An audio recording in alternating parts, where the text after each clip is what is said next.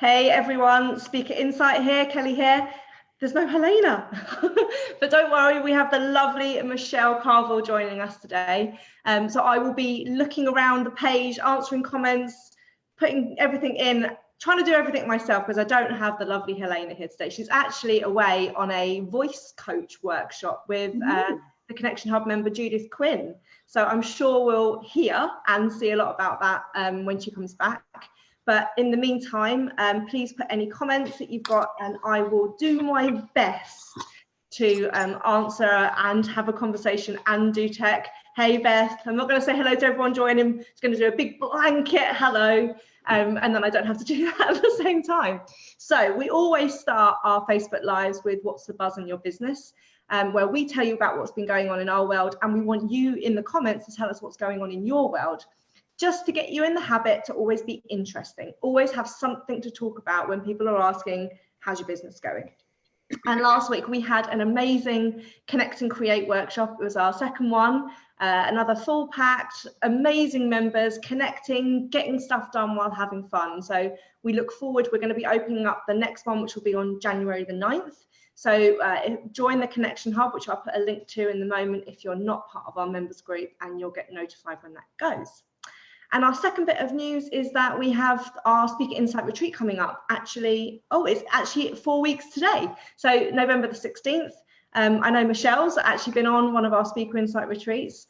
Brilliant. So if you're a speaker, author or coach and want to get all those foundations in I think you might have called it more of a boot camp than a retreat, Michelle, right? Because it was a bit intense. It was heavy going. But good though, right? Yeah. There was no jacuzzi. There is a nice pool and stuff, but you just didn't get time to use it. Yeah. So that's awesome. Memnia Buzz in Her Business is a personal development workshop tomorrow. First time she's going to be the only speaker. So excited. Oh, we look forward to hearing about that, Memnia. That's awesome. So we did well, actually, Michelle, I know that you've got your lovely book in the background there that you published this year, but what's the buzz in your business? Oh, I suppose the buzz in my business is that I'm doing my first webinar tonight. So I'm doing this webinar now, but I've got my very first Supercharge Your Social Media Strategy webinar tonight. I've got about 90 people registered. So is there any space? Sorry? Is there any space? I think it can take up to 100, but because Zoom had a bit of a glitch, a tech glitch, they are refunding me actually for the webinar, and they said that if it goes over, they'll let more people in. So okay, perfect. So what's the webinar about, hon? It's social media strategy. So it's about anybody who's feeling stuck, blocked, shooting from the hip with social, feels like it's all a little bit haphazard and actually wants to nail a 7-step strategy. So really focusing on starting with the end in mind, getting absolute clarity on results that you're looking to achieve, and then almost working backwards. Well, what do you want to achieve? And now let's work backwards and look at the channels and see how you can actually use them to actually help you achieve stuff, rather than just spending time doing stuff and not getting the results, So yes, so that's what it's about. And are you okay if we open that up to Speaker Insight and Connection Hub members, if I put the link? Yeah, absolutely, I would love that. Yeah, more than welcome. In the comments, guys, if you want to register and get those last 10 places, then register for Michelle's webinar. What time does it happen tonight, hon? It's 8 p.m. I thought I'd keep it so people have had their dinner and they can just kick back with a cup of coffee or a glass of wine and focus. That's awesome. Perfect. So the reason why we've got this Facebook Live going on is because a couple of weeks ago we were doing a Facebook Live, which I know you were on, Michelle, and a lot of people were saying, we were talking about hashtags, and people were saying, actually, I don't know how I should use them or what strategies around them. I know that they're there, but I don't really know what to do. And you were on the live and said, look, guys, would you want me to do a training on this? And we were like, hell yes. So that's why you're here. And we really thank you for offering that, because you in the Connection Hub, you're like our social media queen, as I call you. But the way I like to position you is as obviously getting to know you. Wonder Woman. Social media Wonder Woman. I remember your Instagram, well, that was hilarious.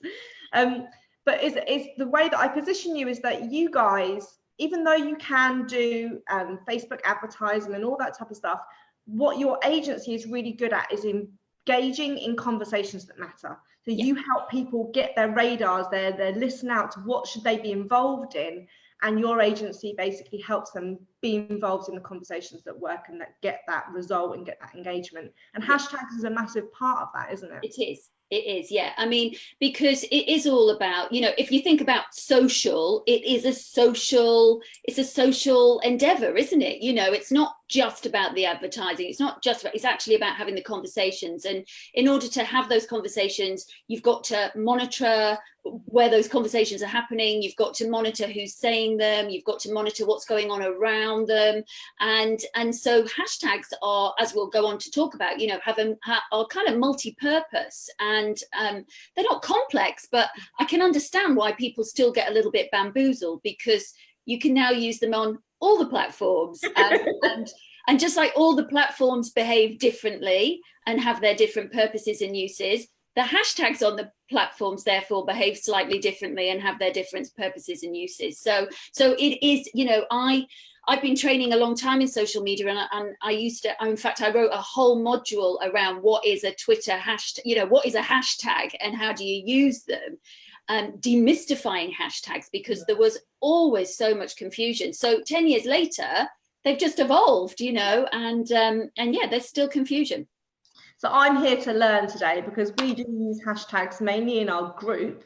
And I might share that reason why we do that if it doesn't get covered. But because we don't actually at the moment, in whatever we are, October 2018, we're only using one platform at the moment, which is Facebook. All the other platforms, strategy-wise, I'm aware of things, but I'm here to learn from you today. So before we get into it, tell us a little bit about how you came to be where you are now, writing your book, and also the spin on the fact that you're actually working a lot with leaders now. And before you do that, Amanda's asking, she wants to be on the webinar, but she can't be there tonight. If she registers, does she get a recording? Yeah. If you register, you'll get the replay. Perfect. There you go. And maybe some other goodies, Amanda.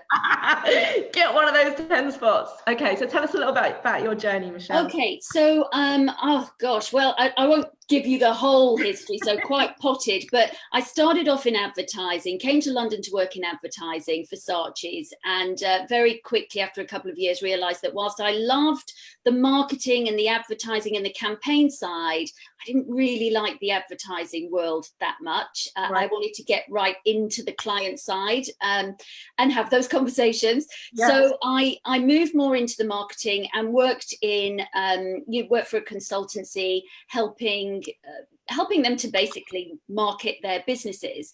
And about 16 years ago now, that consultancy was pretty, you know, you had to fly all over the world and, you know, be in lots of meetings. I had lots of clients kind of juggling for the organization that I looked after.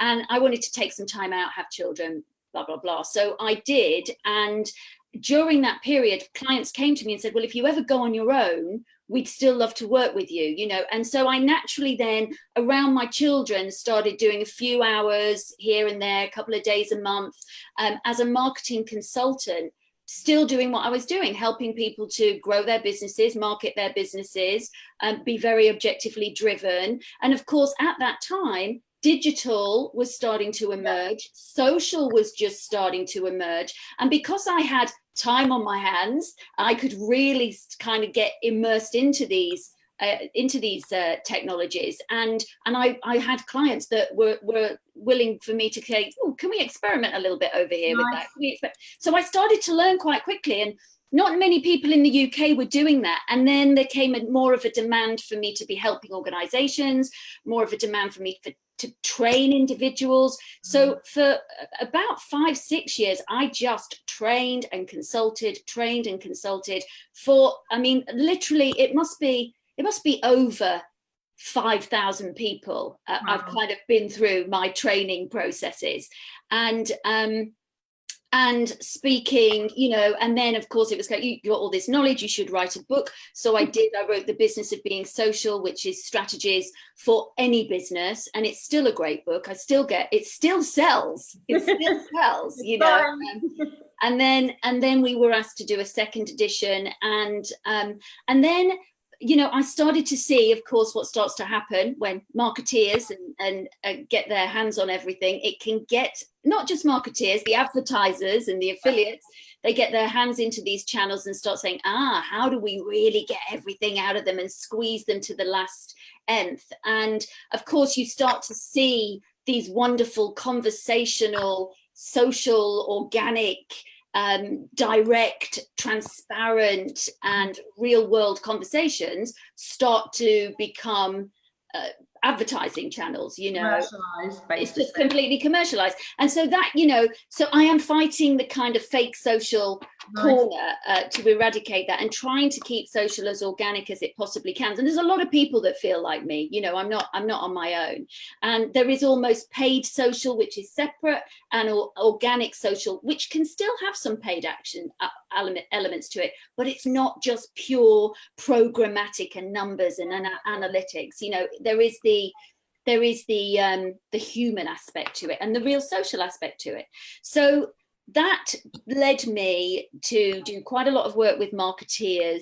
And of course, the thing that kept coming up was the leaders don't get it. The leaders don't get it. And I knew this because I've been in enough boardrooms with enough people. You've got to prove what the ROI is for me. And of course, you know, the marketeers were getting the same thing. Mm-hmm. And so I thought, you know what, the problem here is that these leaders don't get social, because it is actually quite complex, because this isn't like a regular channel. This isn't like TV or radio or direct mail or email marketing. You know, this is about building relationships, having conversations. Those social technologies internally can build those same conversations and do incredible things for teams internally, just as much as it can for brands and businesses externally with their audiences. But leaders just weren't part of that conversation because maybe it wasn't their demographic, and they didn't see the TV ads, they didn't see the radio ads, they didn't, you know, they couldn't see what was going on in social because they didn't participate. World, basically. No. Yeah. And then of course the marketeers are justifying, saying, wow, well, this went really well, and we got this and we got that, and we got, you know, we've had all this engagement. And they're like, well, what does that mean? Did they buy the product? You know, well, it doesn't quite work like that, because what social media is that? No. So what we're doing is we're building a community, and that community, you know, we're going to turn it around. Just like nobody understood Zuckerberg's Facebook model. What is free? And you've got thousands of people on it, you know, hang on, how's that ever going to make money? And now he rules the world. Exactly. So, and what's really interesting now is that those leaders are opening up their eyes and their ears, more hopefully their ears than their eyes, to what is going on with social. And it is shifting. I mean, it's really starting to shift, but still there is work to do, you know, because now the consumer journey has changed. Consumers are way more conscious, as all of your audience will be aware.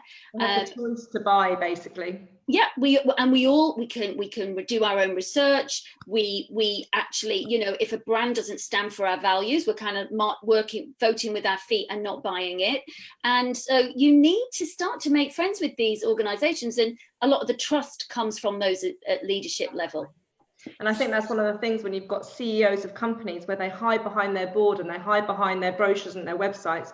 Actually, the authentic leadership, the transparency, the ability to actually, if they mess up, they have to actually personally not hide behind the brand. They have Absolutely. To take ownership of their company and tweet about it and come on Facebook or do LinkedIn. So I think the people that are stepping up are the people that are embracing social media as part of strategy, and that's what I think a lot of people, and some of the people on this live, are probably thinking, is that I just don't want to lose myself in social media. I don't want to spend my time on there and not get their ROI, because I think it is important to test and measure and know what you're doing. But there needs to be something which it fits in with your whole business strategy, your ethos, the way that you work, and it's got to feel natural, right? Absolutely. And I think, again, this is where I don't like the prescriptive, you've got to do this many tweets, you've got to do this many you've got to do, you know, then you are just playing to the algorithms, and that is not being social. That's not being authentic. That's being robotic. And so, you know, you've got to do it, in your guys' words, you know, on your terms. It's got to be on your terms. It's got to feel right. It's got to fit with the business. And you do it in a way that works for you and your audience. And you and your audience are going to be very different to me and my audience. You know, yes, there will be some similarities. Yes, there are things that we can learn. Yes, there are some patterns. Yes, there are some standard shortcuts. Yes, of course, know those, understand them, but do it in a way that works for you. You know, it's your business, it's your being social, and it's your authenticity. So, you know, if you are a person that needs to be talking every 2 minutes and that's your business, then fine, use all the channels.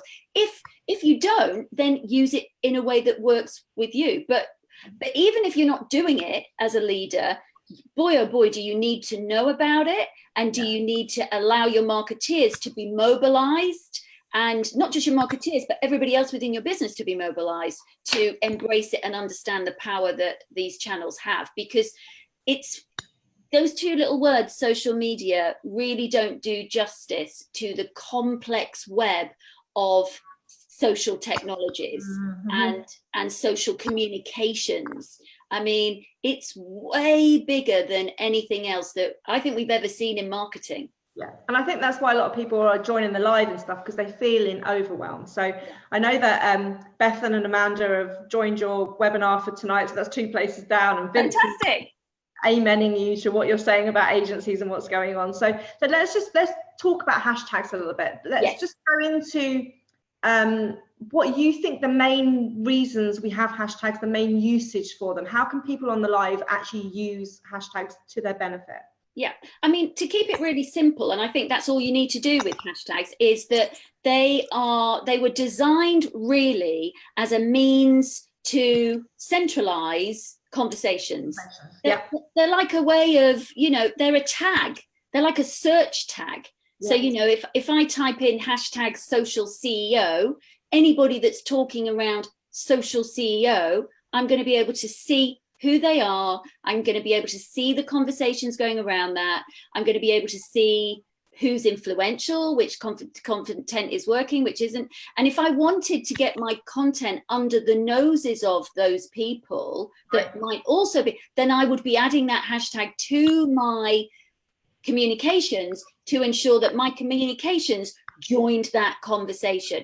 So it's like a gatherer. You know, it just links everything together. It's a single thread running through conversation and people. So it's like a key networking tool. And when you talk about that, then, so I can see, like, if I'm having a conversation, okay, here's my red flag, I'm part of this conversation. Yeah. Then that conversation, I want to join another one, and then another one. So using hashtags, should we have consistent ones that we always want to be part of, and then ones that are just there when it's a topical thing that's coming up? How do we use them? Like, if you're talking to a speaker, author, or coach, should they have their own hashtags that they get known for? Yeah, well, for example, my hashtag Get Social is the title of my book, and my book is actually purposely a hashtag with Get Social in it, because, you know, it's a thing. So, of course, the hashtag that I use when I'm talking about the book or anything to do with my, you know, training programs or consulting is hashtag Get Social. And it's also an action, you know, so if I'm saying hashtag social CEO, hashtag Get Social, I'm using it. So if I was an author, a speaker, or a coach, which I'm all three, not a coach in the kind of mentoring, consulting capacity, I would most certainly try and own one, particularly if you've got a book, you know, and your book is, you know, Alison's book is Stronger Than Before, hashtag Stronger Than Before. I mean, it's a beautiful hashtag, but it's the name of her book, you know, so it says something, and it's meaningful. So that's about having them for your personal brand, and they can be used in many different ways. You know, they can be used for your branding, you as a personal brand, which is your book, however. Would you have your name, Michelle? Would you hashtag your name if you are your brand? I wouldn't hashtag my name, because I think I've got an unusual name, in that Carvel's not a very well used name. And I think if people are searching for your name, they're going to find you anyway. Whereas the hashtag is more of an association of you and of the brand. Now, that, you know, it's like Nike wouldn't necessarily have a hashtag Nike, but they would have hashtag just do it. Yes. Okay. You know, and I saw you post on one of the promo posts for today, social media training. Is that one of yours? Because if someone's typing in, well, where do I get social media training? They would find you, right? Yeah. Well, it isn't just mine, unfortunately. I wish it was. I mean, that's the problem. I mean, there are something like 580 million hashtags used every hour. I mean, it's you're talking about super social search, you know, so that's the key thing about hashtags, is that anybody can create them, anybody can jump into them, and so there's almost an etiquette around what you do with your hashtags, because it really does come back to what you're using it for and relevance. If Apple, for example, launched the iPhone 11 today, and there was new i11 and hashtag i11, because it's a product and they're launching it, so they would probably have a hashtag around it, okay, i11. And then I'm doing my webinar and I'm thinking, ooh, well, maybe people who are buying iPhones might like my webinar, and I start saying, oh, my hashtag supercharge your social media, hashtag social media training, hashtag i11. It doesn't quite fit, right? And it's like spamming a group, basically, isn't it? It's completely like spamming the group. And I think it's called mash tagging. And there's a bash tagging as well, you know. I mean, so you've got to be careful, because people really don't like it. And there's been a lot of the social media blunders are where interns have taken a brand and just started jumping into a hashtag that's trending to just try and get traffic. And there's been like a national outcry of you just can't do that. So relevancy is absolutely key. If I was to put, you know, oh, I'm really looking for this, like hashtag fish and chips, you know, because it was National Fish and Chips Day, you know, I'm just trying to ride on a trending hashtag with absolutely no relevancy. And it doesn't look professional. It looks a bit naff. Sometimes in a comedic way, it can work, you know, but you really, that's rare, you know, that's really rare. So, you know, if it was Wonder Woman Day, I might be saying hashtag. So Amanda's saying here, this leads on to one of my questions actually. She uses hashtags on Instagram and gets lots of engagement, but then was told not to use them for Facebook. Is that correct? So I'm going to add on to that, is that, do platforms use hashtags differently? Yes, they do. Yes, they do. You know, and I'll briefly run through it. So Twitter was the kind of founding father of hashtags. Really, that's where they came to think. I believe they were used in the military before this. You know, as ways of actually grouping certain conversations digitally. But Twitter was the one that actually commercialized it. So a lot of tech comes out of what's gone on in the military. No surprises there. So yeah, Twitter was the founding father. And of course, because Twitter is so short, those hashtags really allowed you to kind of find threads and find people. And also the Twitter search isn't algorithm driven. You know, you put something into Twitter and everything is real time. Yep. Everything that, you know, I tweet something, everybody who follows me sees it. You know, there's no silly algorithms trying to figure out who sees what. It just goes. It's just real and it's pure. And so the hashtag was really necessary to help people find content and people and relevant conversations. Twitter, absolutely still 100% relevant with hashtags, but really one or two. Just one or two. And it shows you on Twitter as well what's trending, right? It does. It does. So you can always have a look and see whether or not there's anything relevant, you know, but one or two really. And again, it's got to be relevant, and don't put them in the middle of your, you know, your little tweet, because that looks really, it's difficult for people to read. Okay. You can either have it at the very beginning, if it's a kind of, you're trying to make a statement, or usually the convention is that they're at the end. Yeah, so if it was like World Mental Health Day, like it was last week, you might put that at the beginning, and then you might put your... Yeah. Okay. Yeah. Okay. So you know, if you really want to make a statement, they go at the beginning, but usually convention is that they're at the end. So Twitter, and they are still the bread and butter of Twitter, still used for Twitter.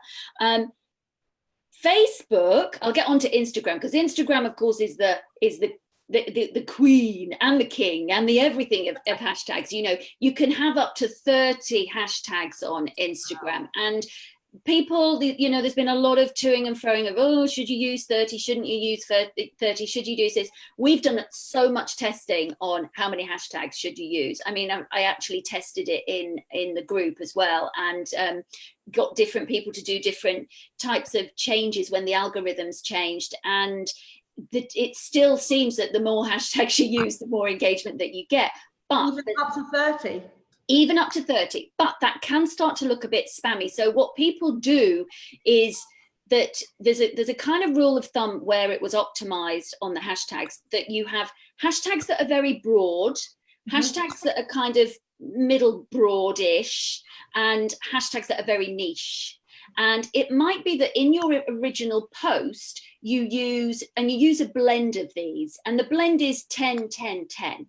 Some people say 7, 7, 7, you know, and it just depends which expert that you're talking to. But actually, when we tested 7, 7, 7 and 10, 10, 10, the engagement on the 10, 10, 10 was much better than the 7, 7, 7. So, and then, you know, it depends. What I sometimes do, and what we play around with clients, is that we will have the 10, 10, 10 strategy running all the time, and we will find those. We'll find 10 hashtags that are up to maybe 50,000 kind of impression, likes, follow, you know, engaged. Then you will find the next tier, which is like 50,000 to 200,000.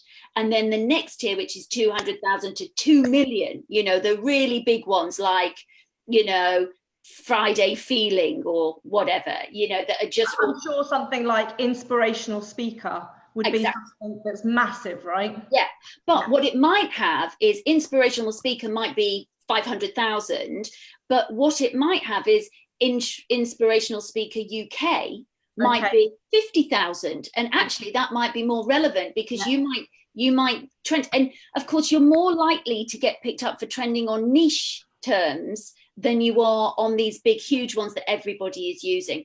But one of the things, you know, there is no one size fits all when it comes to hashtags. You really have to do your research, find out which ones work for you, and mix them up. You know, people say, oh, get your 10 and get your 10 and get your 10, and make little notes in your phone or on your dashboard, and then you know, scrape them each time and just cut and paste, cut and paste, cut and paste. That can become a bit formulaic.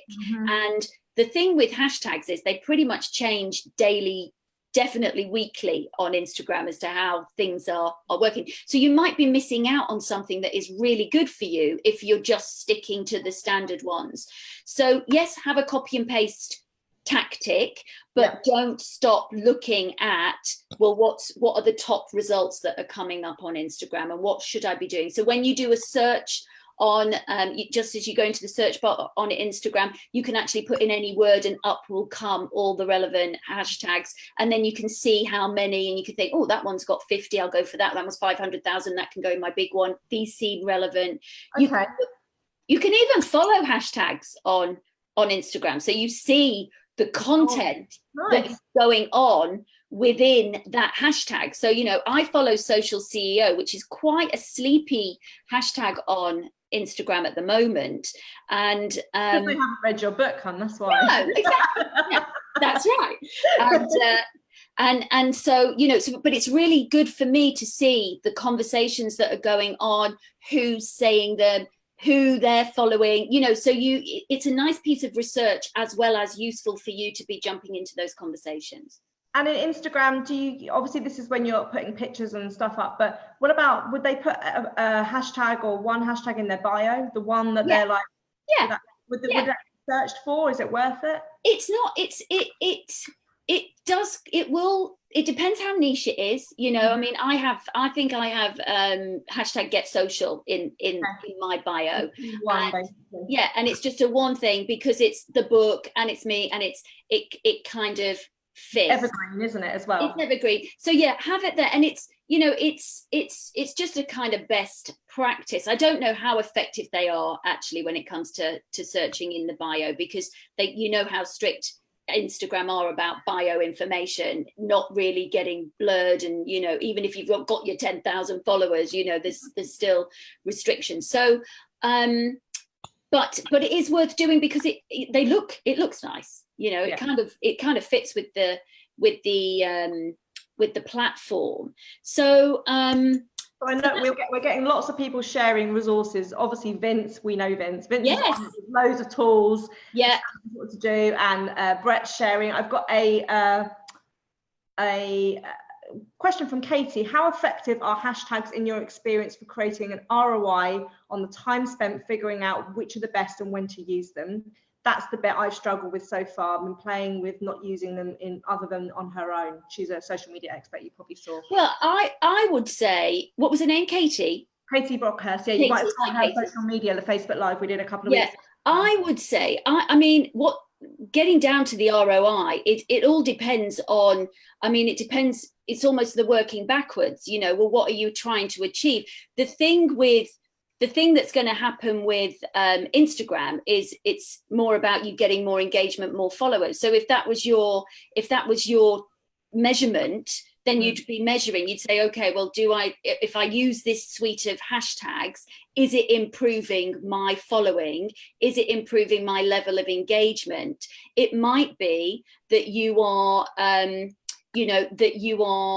for example, running a webinar and you're looking for webinar registrations, and you're promoting it in some way, and you're using a suite of hashtags that are all around the topic of that webinar, and you're measuring whether using that suite of hashtags that you've spent time researching and doing, does it have an impact on encouraging people and driving people to actually take action and do something. Outcome, basically, right? I mean, all ROI is outcome focused, really. You've got to figure out what it is that you want to achieve, and then, or is the time, and then it's a call as to, well, did it work? I mean, we've had some campaigns where we've spent a long time doing the research and it's bombed, you know, and there's no justification. It's just that those hashtags didn't get as much reach as we thought they were going to get, you know. Then we've had other surprises where it's kind of, oh, you know, that kind of flew, and sometimes you can't justify it. You know, you just don't. With any strategy, it's like having those pincer attacks, isn't it? You've got the hashtags as part of the strategy, you've got this, they're all, so if one of them falls down, you've got other things to catch or even encourage and grow the strategy. Absolutely. And you know, and there will be a little bit of organic, there'll be a little paid, there'll be a bit of earned. So it's all you know, like you say, it's blended. But to go back to the question as to Facebook hashtags, that is where it is really curious, because on Facebook itself, there's a real divide as to whether hashtags matter on Facebook. You know, whether they actually, there's 50% of people that say, no, it doesn't have any impact. And there's 50% of others that say, well, it doesn't have any impact, but it also, we can't judge that it doesn't do any harm. And actually, you know, there was something like Facebook Tips is quite a generic, if you're putting something out, it's quite a generic hashtag if you're doing something around Facebook training. And you know, for that often does, people do, when sometimes, you know, search that and your content will come up. And in fact, the way we do use searches on Facebook to look for who is talking about topics or what topics, or whether or not those hashtags are being used on the platform. And if they are, it allows us to kind of wheedle our way in to see, well, how are they being used and what are they being used for? So they're not as prevalent, they're not as relevant, but they're not necessarily harmful. And again, one or two only, you know, they're really used as a marker, almost like an identifier as to what is this post about. Yeah, you know, we use them a lot in the Connection Hub because we have certain days. So, you know, we have our call out. So we know if someone's put hashtag call out, they're looking to connect with a certain type of person. got our Friday feeling one. So people, if they just want a bit of a feel good and see people's success stories, they can hashtag it and look through everyone's Friday feelings and actually get that motivation. If they've got a promo that they want to put up and there's no promos allowed, we say, look, you can put it under the what's your offer post hashtag, then they know where to find that stream. Because if you've got really active group, it's sometimes really hard, not as hard as Twitter, but to actually find those conversations. So we only use hashtags really as more as what you said before is organizing those conversations. It is, and I suppose the only thing there is to think about, you know, there's always an element, whatever hashtag you're using for a campaign. You know, we actually did something to go back to Katie's question about, you know, ROI. One of the things we did do on an Instagram campaign with a client was, it was around an event that they were running. And what we did, we got all the hashtags of other marketing events that had happened, and actually just thought, well, you know what, if this is a marketing event, let's just use all the other, even though those events had gone in the past, the people that had obviously been using them were interested in those events. So therefore they might be interested in these events. So it's a kind of Twitter tactic that we pushed into Instagram, and that got really good results, you know, and that actually marketing, isn't it? Time to research, because it was, you know, we looked online for the events and found the associated hashtags and just went and built that kind of, you know, started putting those hashtags around the campaigns in Instagram, and actually it drove quite a lot of relevant interest in the event. So there's ways that you can, you know, use them in a group, and you can take tactics from other channels and test them into somewhere with heavier hashtags like Instagram. The educating your audience about what the hashtag is and what you want them to do with it is important, because if it is for an event, you want to tell the audience to say, well, put the hashtag in your tweet or in your communications, because we're going to be doing a prize draw with everybody that's using that, or we're going to be doing a shout out at the actual live event, or if it's a book launch, somebody using that hashtag is going to get the first 5 copies of the book, you know.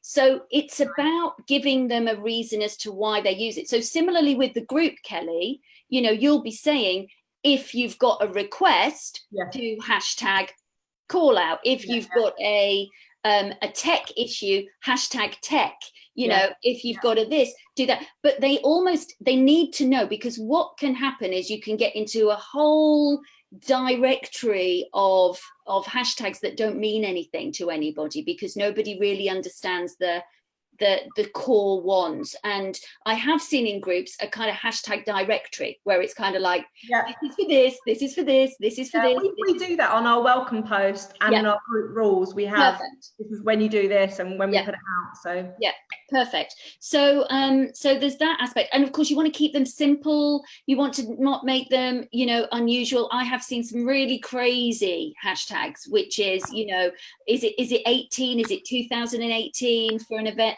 You know, you want to kind of, you have to be careful with what things look like, right, when they're all one word, because sometimes they make I've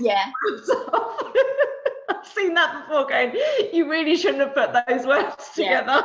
There was something like arse pumps or something, was it, when they put it all together? It was like, oh dear, that's not going so well. But, you know, going viral for the wrong reasons. So what would you say to the people, because I'm conscious that we're chatting, and I know we chat all the time, Michelle, we'll go on for ages. What would you say are the sort of the 10 key ways that the people listening today could actually optimize their hashtags? I suppose I would, can I just mention LinkedIn, because I think of course, I always forget that platform.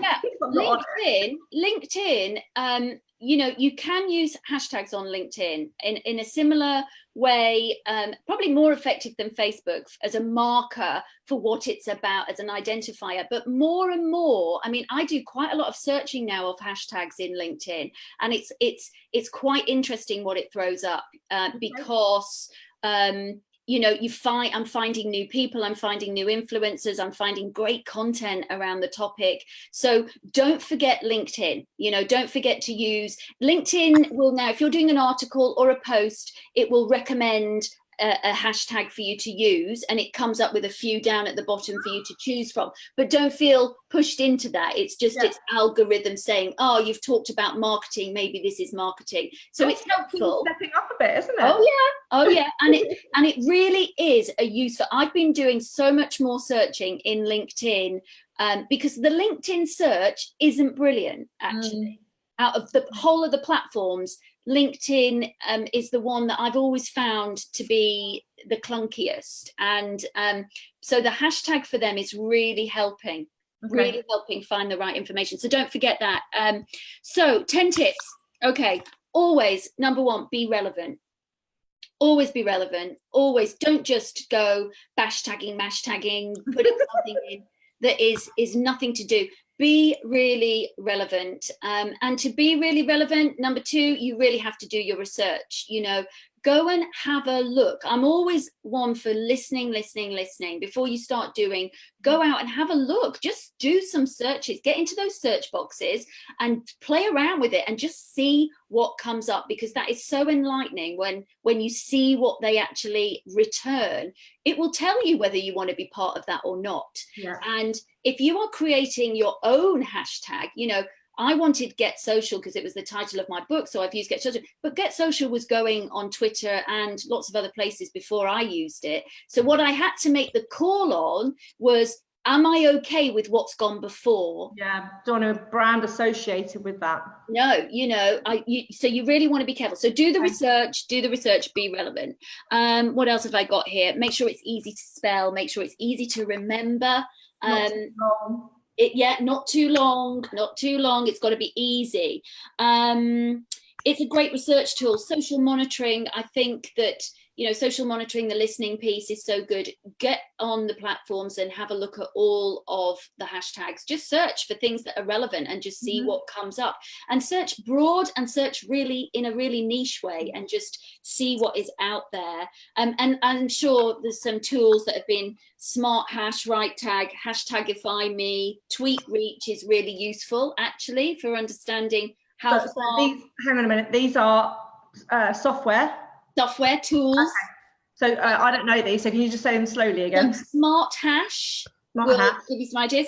Right Tag, RITETAG. RITETAG. Right Tag. Hashtagify.me. Hashtag.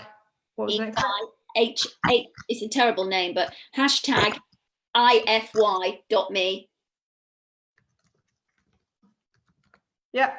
Schedulegram, if anybody is using, I mean, you know, now on Hootsuite and Buffer, you can schedule your Instagram posts, and it really does help with your hashtags. Schedulegram was an Instagram scheduler kind of before the others switched to allowing Instagram to be scheduled. But the thing with Schedulegram is I still keep Schedulegram on because they have a brilliant hashtag manager in there, and it is really super useful in helping you to identify trending and new. It's almost got its own kind of hashtag identifier for you within the platform, and it really is a time saver, and it spins everything out in 30s, so you know you can see how you want to split it up. And Tweet Reach is a really good report, largely for Twitter, but it will now pull in hashtags from other places, and that will, you know, so if you did a campaign and you were looking at, well, how far did that hashtag go and what reach did I get, if you're looking to justify the engagement and RNA, and actually to see everybody who engaged with it in a one list report that you can download and upload and do things with. Tweet Reach is still pretty good for that. I know Hootsuite and others do it, but they cost a fortune. But Tweet Reach is still pretty cheap and cheerful. The other thing I would say, so yeah, use the tools and do your research. Don't put your hashtag in the middle of a sentence, you know, keep it at the end or in the middle at the beginning if you really want to. Educate people on what it is, how to use it, you know, and don't spam.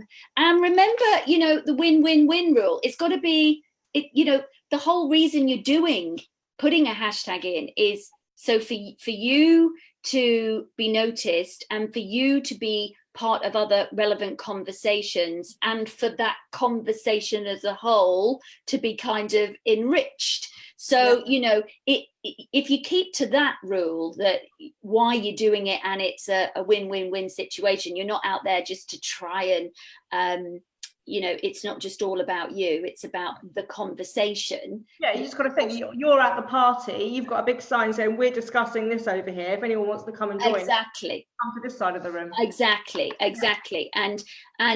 And you know, so there's lots of tips and tactics for hiding.